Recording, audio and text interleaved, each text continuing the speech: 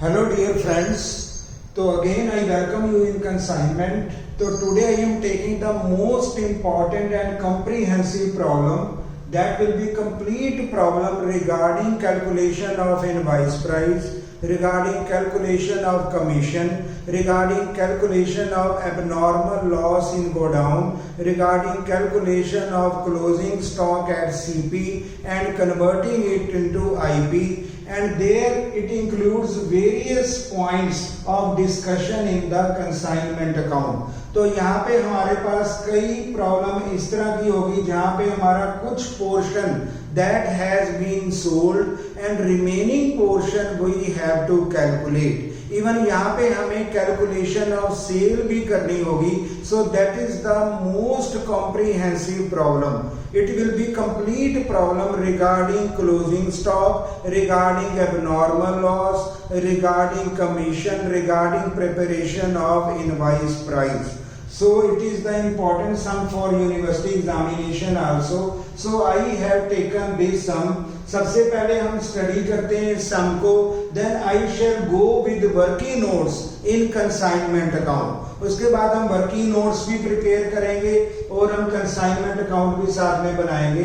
तो मेरी प्रॉब्लम होगी that will be number 5 that I have written. मैंने लिखा है कॉम्प्रिहेंसिव और कंप्लीट प्रॉब्लम. अब यहाँ पे हम देखना चाहते हैं Gopal of Delhi invoiced goods worth ₹2 lakh. अब गोपाल जो दिल्ली का कंसाइनर है, इन्होंने 2 लाख की कॉस्टिंग, वर्थ का मतलब होता है कॉस्ट प्राइस, 2 लाख की कॉस्टिंग गुड्स को इनवॉइस किया टू गोविंद. गोविंद इनके कंसाइनी का नाम है, गोपाल कंसाइनर का नाम है. तो इन्होंने 2 लाख कॉस्ट प्राइस की गुड्स को कंसाइन किया और परफॉर्मा इनवॉइस जो हमने बनाया था that was 20% on cost price. अब हमें ब्रैकेट में लिखा है कि वो इनवॉइस कैसे बनाया गया, that was 20% on cost price. और यहाँ भी लिखा है इनवॉइस्ड गुड्स वर्थ. वर्थ का मीनिंग होता है costing, that will be cost price. To Govind को भेजा गया. गोपाल ने 5000 कैरेज दिया. अब उसके बाद नेक्स्ट बड़ी इंपॉर्टेंट बात आ रही है 3/4 ऑफ कॉस्टिंग. जो गुड्स सेंट की थी उसमें 3/4 of goods costing were sold at profit of 20% on sale. अब 3/4 जो हमारी गुड्स थी जिनका सीपी था, कॉस्टिंग थी, वो बेची गई 20% ऑन सेल प्राइस पे, जिसमें गोविंद ने इंकर किए 2500 फॉर कैरेज. गोविंद हमारे कंसाइनी का नाम है. And ₹1500 for storage and advertisement.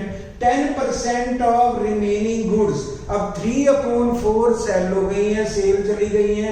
उसके बाद 10% of the remaining, it means 1/4 का रिमेनिंग जो है लॉस ड्यू टू फायर, वो हमारा नॉर्मल लॉस हो गया इन गोडाउन में. And insurance claim was admitted ₹8,000.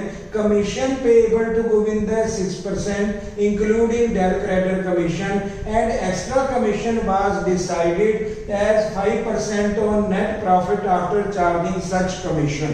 तो ये हमारी टर्म्स एंड कंडीशन है. यहाँ पे गोपाल कंसाइनर है एंड गोविंद कंसाइनी है.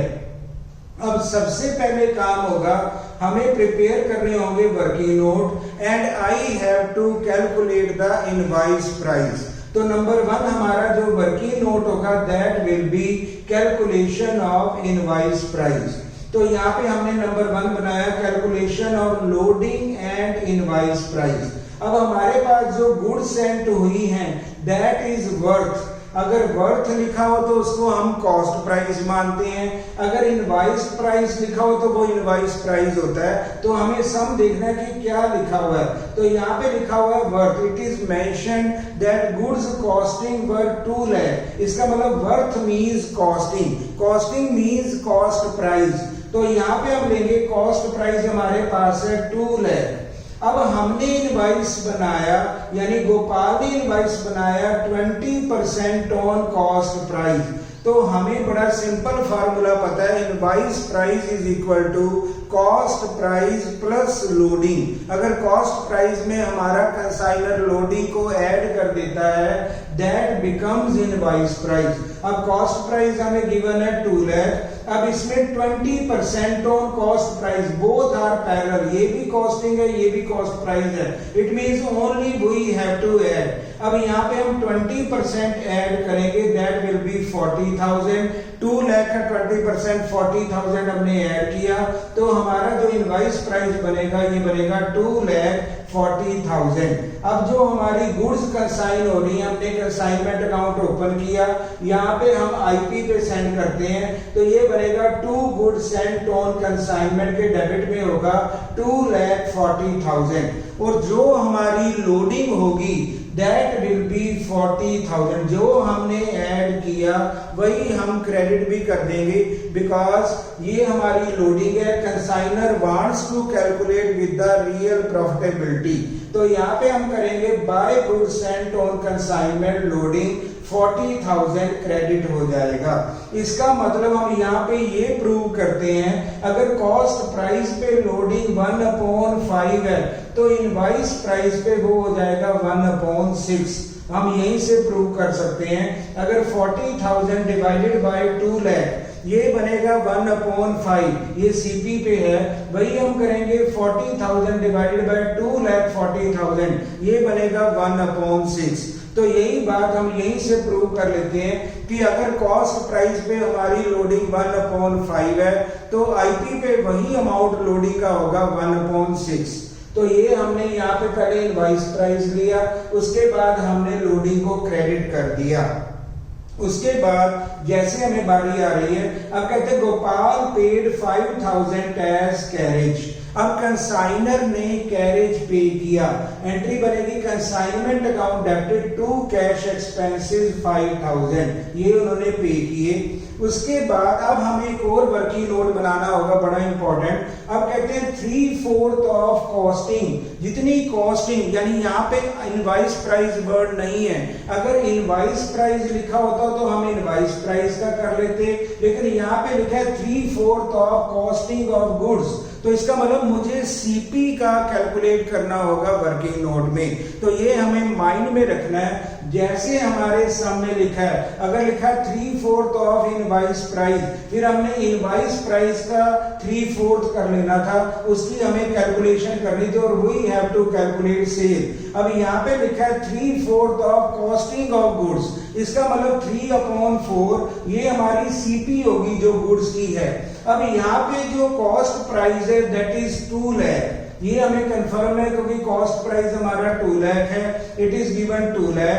अब हमें वर्किंग नोट बनाना होगा जिसको हम कहते हैं कैलकुलेशन ऑफ सेल। ये हमारा बनेगा सेकंड वर्किंग नोट जिसको कहते हैं कैलकुलेशन ऑफ सेल। अब यहाँ पे हमने लिया कॉस्टिंग, अब इसका मतलब है 3/4 मल्टीप्लाइड बाय 2 लाख, क्योंकि वर्थ का मतलब होता है कॉस्ट प्राइस, तो हमने पहले किया 3/4 ऑफ 2 लाख, तो इसका बनेगा सीपी बनेगा 1,50,000। ये हमारी सीपी आ गई है। लेकिन ये हमने प्रॉफिट पे बेचा, हमारे कंसाइनी ने प्रॉफिट पे बेचा, और प्रॉफिट का रेट लिखा है 20% ऑन सेल। तो अब हमें ये देखना पड़ेगा, ये अमाउंट हमारा कॉस्टिंग पे है, लेकिन जो परसेंटेज ऐड हो रही है वो सेल पे हो रही है, जिसको हम एसपी पे कहते हैं या आईपी पे कहते हैं। सो ये हमारा 20% ऑन सेल, जब हम प्रॉफिट ऐड करेंगे जिसको हम कहते हैं 1/5, और ये बन जाएगा 25% ऑन सीपी जो बन जाएगा 1/4। ये मैंने कहा था अगर मुझे एसपी से सीपी में जाना है तो हमारा 1/5 से 1/4 हो जाएगा। अगर हमें सीपी से एसपी में आना है तो अब हमारा होता है 1/4 का बन जाता है 1/5। तो यही बात यहाँ पे है, ये गिवन है 1/5 ऑन सेल, तो अगर मुझे इसको सीपी में कन्वर्ट करना है, क्योंकि मेन अमाउंट हमारा सीपी पे है, कॉस्ट प्राइस पे है, इसका मतलब हमें परसेंटेज को मोड़ना होगा, चेंज करना होगा अकॉर्डिंग टू कॉस्ट प्राइस। तो 1/5 का बन जाएगा 1/4। तो यहाँ पे हमने 25% कह सकते हैं, ये बनेगा या 1/4। तो हमने 1,50,000 का 1/4 किया, ये हमारा प्रॉफिट होगा, ये बनेगा 37,500। तो हमारी जो सेल आएगी ये वर्किंग नोट में, ये बनेगी 1,87,500। तो ये हमने कैलकुलेट किया। अब यहाँ पे हम लिखते हैं बाय गोविंद सेल, ये बनेगा 1,87,500। तो इस सम में हमें सेल भी कैलकुलेट करनी है, तो ये हमारी सेल बनेगी, ये हमने वर्किंग नोट बना दिया। उसके बाद हम देखते हैं गोविंद इंकर 2504 कैरेज। अब गोविंद ने 2500 कैरेज की इंकर किए दूसरे सिटी में, एंड 1504 स्टोरेज एंड एडवर्टाइजमेंट। अब ये जो कैरेज है इसको हम डायरेक्ट एक्सपेंस मानते हैं, और storage and advertisement these are indirect for consignee. लेकिन जब हम कंसाइनमेंट बनाएंगे वहां पे हमें प्रॉपर लेना होगा। अब एंट्री बनेगी consignment account debited to Govind expenses, total होंगे 4000। यहाँ पे हमें डायरेक्ट भी लेने हैं प्लस इनडायरेक्ट भी लेने हैं, तो ये बनेगा 2500 प्लस 1500, 4000 हम यहाँ पे एक्सपेंस शो करेंगे। अच्छा, अब बारी आ रही है नेक्स्ट। अब कहते हैं 10% of remaining goods were loss due to fire. ये हुआ था इन गोडाउन, क्योंकि अगर इन गोडाउन ना भी लिखा हो, जब हमारी सेल स्टार्ट हो गई है, जब हमारे कंसाइनी ने एक्सपेंस इंकर कर दिए हैं, उसके बाद का कोई भी अगर एबनॉर्मल लॉस की बात आती है, that must be done in godown. वो इंप्लाइड है कि गोडाउन में हुई है, तो इसका मतलब अब मुझे कैलकुलेशन करनी है एबनॉर्मल लॉस, और एबनॉर्मल लॉस को हम सीपी और कॉस्ट प्राइस पे ही कैलकुलेट करते हैं। और ये मैंने वर्किंग नोट बनाया एबनॉर्मल लॉस का। अब सबसे पहले हमने कहा कि 3/4 3/4 हैज बीन सोल्ड, तो 2 लाख हमारा कॉस्टिंग प्राइस है। अब 2 लाख का 3/4 यानी 1,50,000 that has been sold, it means remaining has been 50,000। अब 1/4 रह गया जो बनता है 50,000। अब 1/4 का 10% that is lost in go down। अब 1/4 हमारे पास है 50,000। अब इसका 10% ऑफ द रिमेनिंग 10% ऑफ 1/4 यानी दैट विल बी 50,000 का 10%, ये बनेगा 5,000। तो ये हमारा चल रहा है एबनॉर्मल लॉस, यानी हमारी गुड्स की कॉस्टिंग कितनी लॉस हुई है, दैट इज 5,000 जो हमारे गोडाउन में हुई है। लेकिन अब हमें क्या करना है, 50,000 का 10% हमने ले लिया। अब इसमें हमें ऐड करने हैं proportionate direct expenses of consignor and proportionate direct expenses of consignee. जब गोडाउन में लॉस होता है तब कंसाइनर के भी डायरेक्ट आएंगे और कंसाइनी के भी डायरेक्ट आएंगे। तो अब हमें कैलकुलेशन में लानी है सिर्फ 5,000 कॉस्टिंग का प्रोपोर्शन जितना हमारा लॉस हुआ है। तो हम यहाँ पे मैथमेटिकल करेंगे। अगर 2 लाख पे ऑन 2 लाख टोटल कॉस्टिंग पे अगर कंसाइनर ने स्पेंड किए थे 5,000, क्योंकि कंसाइनर के ऑल एक्सपेंसेस आर डायरेक्ट, तो अगर 2 लाख पे कंसाइनर के हुए 5,000, if it is 5,000 divided by 2 lakh, अगर 5,000 होंगे तो कितना प्रोपोर्शन वहां पे लगेगा। 5,000 कौन सी होंगी, 5,000 हमारी गुड्स होंगी।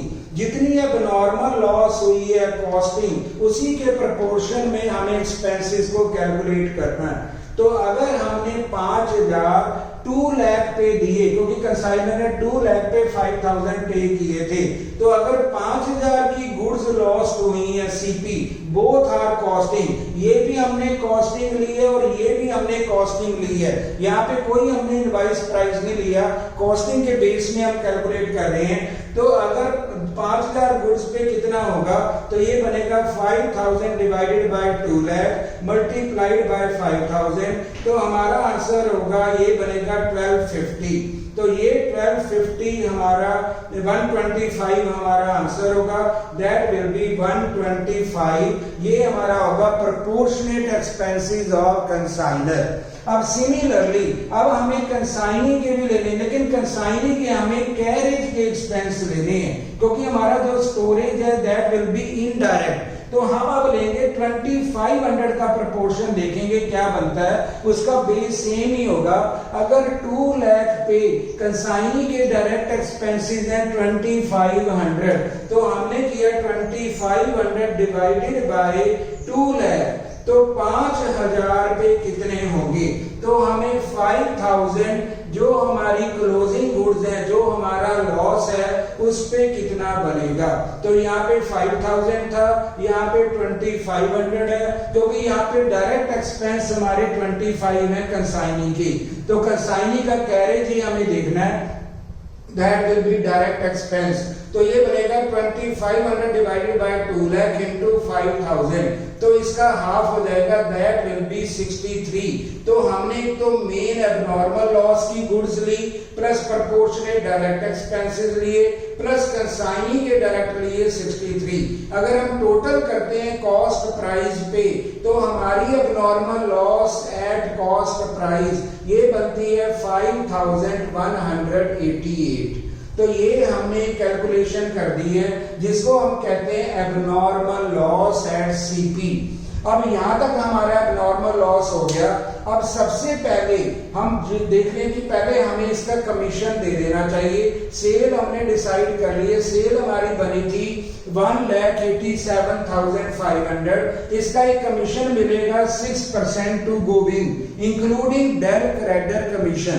तो यहाँ पे हमने 6% दे दिया, टू गोविंद कमीशन होगा 6% ऑफ नॉर्मल सेल, ये बनेगा 11,250। एक कमीशन हम उसको एक्स्ट्रा भी दे रहे हैं on net profit after charging such commission. लेकिन इस कमीशन को कैलकुलेशन से पहले हमें क्या करना होगा, हमें क्लोजिंग स्टॉक की वैल्यूएशन करनी होगी। सबसे पहले हमारे पास सीपी मिलेगा, सीपी को हम आईपी पे कन्वर्ट करेंगे, फिर उसकी लोडिंग को रिवर्स साइड में पुट करेंगे। अब हमारा वर्किंग नोट होगा रिगार्डिंग क्लोजिंग स्टॉक। पहला स्टेप है कि ये हमें सीपी पे मिलेगा। टोटल हमारा जो रिमेनिंग पोर्शन अनसोल्ड था, यहां तक कॉस्टिंग थी 50,000। अब 50,000 का 10% जो है दैट हैज बीन लॉस्ट। इसका मतलब 50,000 में हमने 5,000 को डिडक्ट किया, रिमेनिंग जो होगा दैट विल बी 45,000। ये हमारी होगी कॉस्ट प्राइस। अभी तक हम कॉस्ट प्राइस में चल रहे हैं और हमने कहा था क्लोजिंग स्टॉक और गुड्स एंड ऑन कंसाइनमेंट दोनों इनवॉइस प्राइस पे होने चाहिए, otherwise our marks will be 0। तो इसका मतलब है सबसे पहले हमने इसको आईपी बनाया, इसकी लोडिंग यहाँ पे दी। अब सिमिलरली हमारे पास जो कॉस्ट प्राइस आया, रिमेनिंग गुड्स में 10% हमने डिडक्ट कर दिया, तो हमारे पास जो सीपी आती है वो आती है 45,000। अब इसको हमें बनाना है आईपी। तो आईपी बनाने के लिए हमें ओरिजिनल सम की तरफ देखना चाहिए। अब इसको आईपी बनाने का तरीका है कि हमें इसको ओरिजिनल सम में देखना है कि हम शुरू से ही कॉस्ट प्राइस में 20% ऐड कर रहे हैं। तो इसका मतलब हम यहाँ पे भी जो ओरिजिनल बेसिक नोट लिखा है उसी को हमें यहाँ पे अप्लाई करना है। तो हमारे पास कॉस्ट प्राइस होगा 45,000। अब हमने इसको आईपी बनाना है, जो क्लोजिंग स्टॉक है, जो सीपी पे इसको अगर हम आईपी बनाते हैं तो हमें करना होगा 20% ऐड। तो ये हमने 20% इसी का 45,000 का 20% हमने ऐड किया, ये बनेगा 9,000, जिसको हम लोडिंग भी कहते हैं। क्योंकि अगर मुझे इनवॉइस प्राइस बनाना हो तो cost price plus loading is equal to invoice price. तो यहाँ पे हमारे पास 45,000 है, प्लस हमने 20% 9,000 ऐड किया, तो हमारा इनवॉइस प्राइस आ गया 54,000। ये हमारा बना इनवॉइस प्राइस। अब हमें लेने हैं प्रोपोर्शनेट डायरेक्ट एक्सपेंसेस।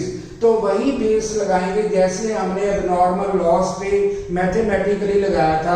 अगर 2 लाख पे यानी कॉस्टिंग पे अगर हम कैलकुलेट करें, अगर 2 लाख पे कंसाइनर ने कितने पे किए थे 5000, तो वही फार्मूला चलेगा 5000 डिवाइडेड बाय 2 लाख। तो अगर 45,000 की कॉस्टिंग रह गई है क्लोजिंग स्टॉक की, तो उस पे प्रोपोर्शनेट कितना होगा? तो अब हमें मल्टीप्लाई करना है, मल्टीप्लाइड बाय 45,000, तो हमारे पास जो प्रोपोर्शनेट एक्सपेंस होंगे दैट विल बी 1125। तो ये 1125 हमें कंसाइनर के ऐड करने होंगे प्रोपोर्शनेट डायरेक्ट, क्योंकि कंसाइनर के ऑल एक्सपेंसेस आर डायरेक्ट। अब हम लेते हैं कंसाइनी। अब कंसाइनी के अगेन डायरेक्ट है 2500। अब यहाँ पे हम करते हैं 2500 डिवाइडेड बाय कॉस्टिंग 2 लाख ही रहेगा, को 2 लाख मल्टीप्लाइड बाय 45,000, तो इसका हाफ हो जाएगा, दैट विल बी 563। तो हमने 563 कंसाइनी के ऐड किए, गोविंद के ऐड किए, गोपाल के आएंगे 1125, तो टोटल हमारा क्लोजिंग स्टॉक बनेगा 55688। ये हमने वर्किंग नोट में शो करना है, इसको आईपी पे बनाना है। तो हमने यहाँ पे लिया क्लोजिंग स्टॉक इनवॉइस प्राइस 55688। अब जो लोडिंग होगी, जो हमने एक्सेस ऐड किया, दैट विल बी लोडिंग। अब लोडिंग को हम कैंसिल कर देंगे। अब क्लोजिंग स्टॉक की लोडिंग को हम कहते हैं स्टॉक रिजर्व। तो इसका मतलब हम लॉजिक ये ले सकते हैं, जो हमने यहाँ पे 54 बनाया था, इसका अगर हम 1/6 करें, अगर इसका 1/6 किया जाए तो यही 9000 लोडिंग आ जाती है। यही हम बाद में अगेन प्रूव करना चाहते हैं। अगर आईपी पे किया जाए तो ये 1/6 बनेगा, अगर सीपी पे यही 9000 किए जाएं तो ये 1/5 बनेगा। अगेन हम पुराने लॉजिक की तरफ आ रहे हैं, जो हम कहते हैं अगर सीपी पे 1/5 है तो same price same amount IP पे 1/6 होगा। तो इसका मतलब जब भी हमें क्लोजिंग स्टॉक सीपी को आईपी बनाना हो, तो सबसे पहले यहाँ पे हम परसेंटेज चेक कर रहे हैं ओरिजिनल सम में कितनी गिवन है। यहाँ पे गिवन है 20% ऑन कॉस्ट प्राइस, वही हमने 20% मींस 1/5 को हमने ऐड कर दिया और वो स्टॉक हमारा आईपी पे आ गया। उसके बाद हमने प्रोपोर्शनेट डायरेक्ट एक्सपेंसेस लिए कंसाइनर के, और उसका बेस वही होगा जैसे हमने कॉस्टिंग का कहा। अगर 2 लाख पे कंसाइनर 5000 पे करता है तो 45,000 जो हमारी कॉस्टिंग है। तो अगर हम कॉस्टिंग ले रहे हैं तो कॉस्टिंग का टोटल प्रोपोर्शन होगा। यहाँ पे हम ये गलती ना करें कि यहाँ पे हम कॉस्टिंग का बेस ले रहे हैं और यहाँ पे हम बीच में आईपी पुट कर दें, that will B A wrong answer. तो कॉस्टिंग का ही बेस लेना है, कॉस्टिंग का ही प्रोपोर्शन निकालना है। तो कॉस्टिंग का ये अमाउंट होगा और जिसकी हम कैलकुलेशन कर रहे हैं वो भी कॉस्टिंग पे होना चाहिए। जैसे अब नॉर्मल लॉस हमने कैलकुलेट किया, वो भी कॉस्ट प्राइस पे था। अब क्लोजिंग स्टॉक की जब हमें आईपी ऐड करनी है या एक्सपेंस ऐड करने, तो हमने एक बेस लेना है, चाहे वो कॉस्ट प्राइस पे होगा चाहे वो इनवॉइस प्राइस पे होगा। तो हमने यहाँ पे कॉस्ट प्राइस लिया तो बेस भी कॉस्ट प्राइस होगा, उसी बेस में हमने अपने आईपी को कैलकुलेट कर लिया। तो मैंने बोला जो भी हम लोडिंग को ऐड करते हैं वही लोडिंग यहाँ पे कैंसिल हो जाती है। तो इसका मतलब यहाँ पे आएगा स्टॉक रिजर्व हमारा बनेगा 9000। अब हमने कमीशन भी दे दिया, नॉर्मल कमीशन। जब भी हमने 5% कंडीशन पे जाना है, 5% आफ्टर चार्जिंग सच कमीशन तब लगेगा when we have given every adjustment. हमें हर एडजस्टमेंट करनी है, हमें कमीशन भी कर दिया, हमने लोडिंग भी कर दी, हमने एवरीथिंग यानी स्टॉक रिजर्व भी कर दिया, हमने नॉर्मल लॉस पे दिखा दिया, नथिंग इज रिमेनिंग। अब यहाँ पे कुछ भी हमारे पास नहीं बचता। एट लास्ट अब हमें चेक करना होगा, एक कमीशन हमें और भी देना है, जो हमें देना है कंसाइनी को net profit after charging such commission. तो मैंने इस सम में एवरी पॉइंट लिया ताकि दैट शुड बी कंप्लीट सम। यहाँ पे हमें कोई पॉइंट ना रहे डाउट के बारे में। तो हमने आईपी को, पहले सीपी था उसको आईपी बनाया, फिर उसकी लोडिंग कर दी, क्लोजिंग स्टॉक की हमने आईपी बना दिया, इनवॉइस प्राइस लोडिंग दे दी। अब हम देना चाहते हैं कमीशन। अब कमीशन हमने नॉर्मल कमीशन दे दिया, अब रह गया हमारा एक्स्ट्रा कमीशन जो 5% है। अब हमने क्या करना है, एवरीथिंग हैज बीन डन। अब हमें क्रेडिट साइड में डेबिट साइड की जो भी हमारी आइटम है इनको डिडक्ट करना है, इंक्लूडिंग नॉर्मल कमीशन। यानी यहां तक हमने सारा कमीशन दे दिया, सारे ट्रांजैक्शन पुट कर दिए। तो इसके बाद जो हमारा अमाउंट होगा, क्रेडिट में डेबिट हमने माइनस किया, तो हमारे पास जो प्रॉफिट आ रहा है दैट इज 19,126। अब हमें देना है आफ्टर चार्जिंग। आफ्टर चार्जिंग का फार्मूला होता है परसेंटेज अपॉन 100 प्लस परसेंटेज, सब कुछ करने के बाद तो ये बनेगा 5% का 5 अपॉन 105। अगर हम कैलकुलेट करते हैं तो कमीशन मिलेगा 912। ये हमने कैलकुलेट किया। It means remaining profit to Gopal और कंसाइनर विल बी 18,215। तो ये हमारा कंप्लीट सम था, जिसमें हमने सेल को भी कैलकुलेट किया, क्लोजिंग स्टॉक को भी कैलकुलेट किया, पहले सीपी पे किया, फिर आरपी ऐड करके उसको इनवाइस प्राइस पे लोडिंग ऐड करके इनवाइस प्राइस पे बनाया, फिर उसकी लोडिंग को कैंसिल किया। तो ये कंप्लीट सम था। इसके बाद मैंने एक स्मॉल एबनॉर्मल लॉस अकाउंट बनाया। अब यही एबनॉर्मल लॉस वहां पे आएगा टू कंसाइनमेंट 5188 और इंश्योरेंस क्लेम हमें कितना मिल रहा है 8000। कंसाइनर को 8000 मिल रहा है। जो रेलवे से लॉस हुआ नहीं, जो गोदाम में लॉस हुआ था दैट वाज इंश्योर्ड, ये कंसाइनर को मिलेगा 8000। तो जो रिमेनिंग पार्ट है दैट विल बी आंसर। तो ये बनेगा 2812। तो ये हमारा प्रॉफिट होगा टू द कंसाइनर, क्योंकि अब नॉर्मल लॉस भी कंसाइनर बनाता है, कंसाइनमेंट भी कंसाइनर बनाता है। एक हमें बनाना होगा कंसाइनी। कंसाइनी में डेबिट में हम सेल लेते हैं, लेस करते हैं उसकी deduction with expenses with commission, remaining amount is refunded to the consignor. तो रिमेनिंग अमाउंट जो है कंसाइनर को रिफंड कर दिया जाता है। So this sum is very important for university point of view. It is the largest sum of consignment. ये largest sum है। Every item is calculated, sales are calculated, invoice price is calculated, abnormal loss is calculated, commission is calculated. So it should be very important. Thank you very much.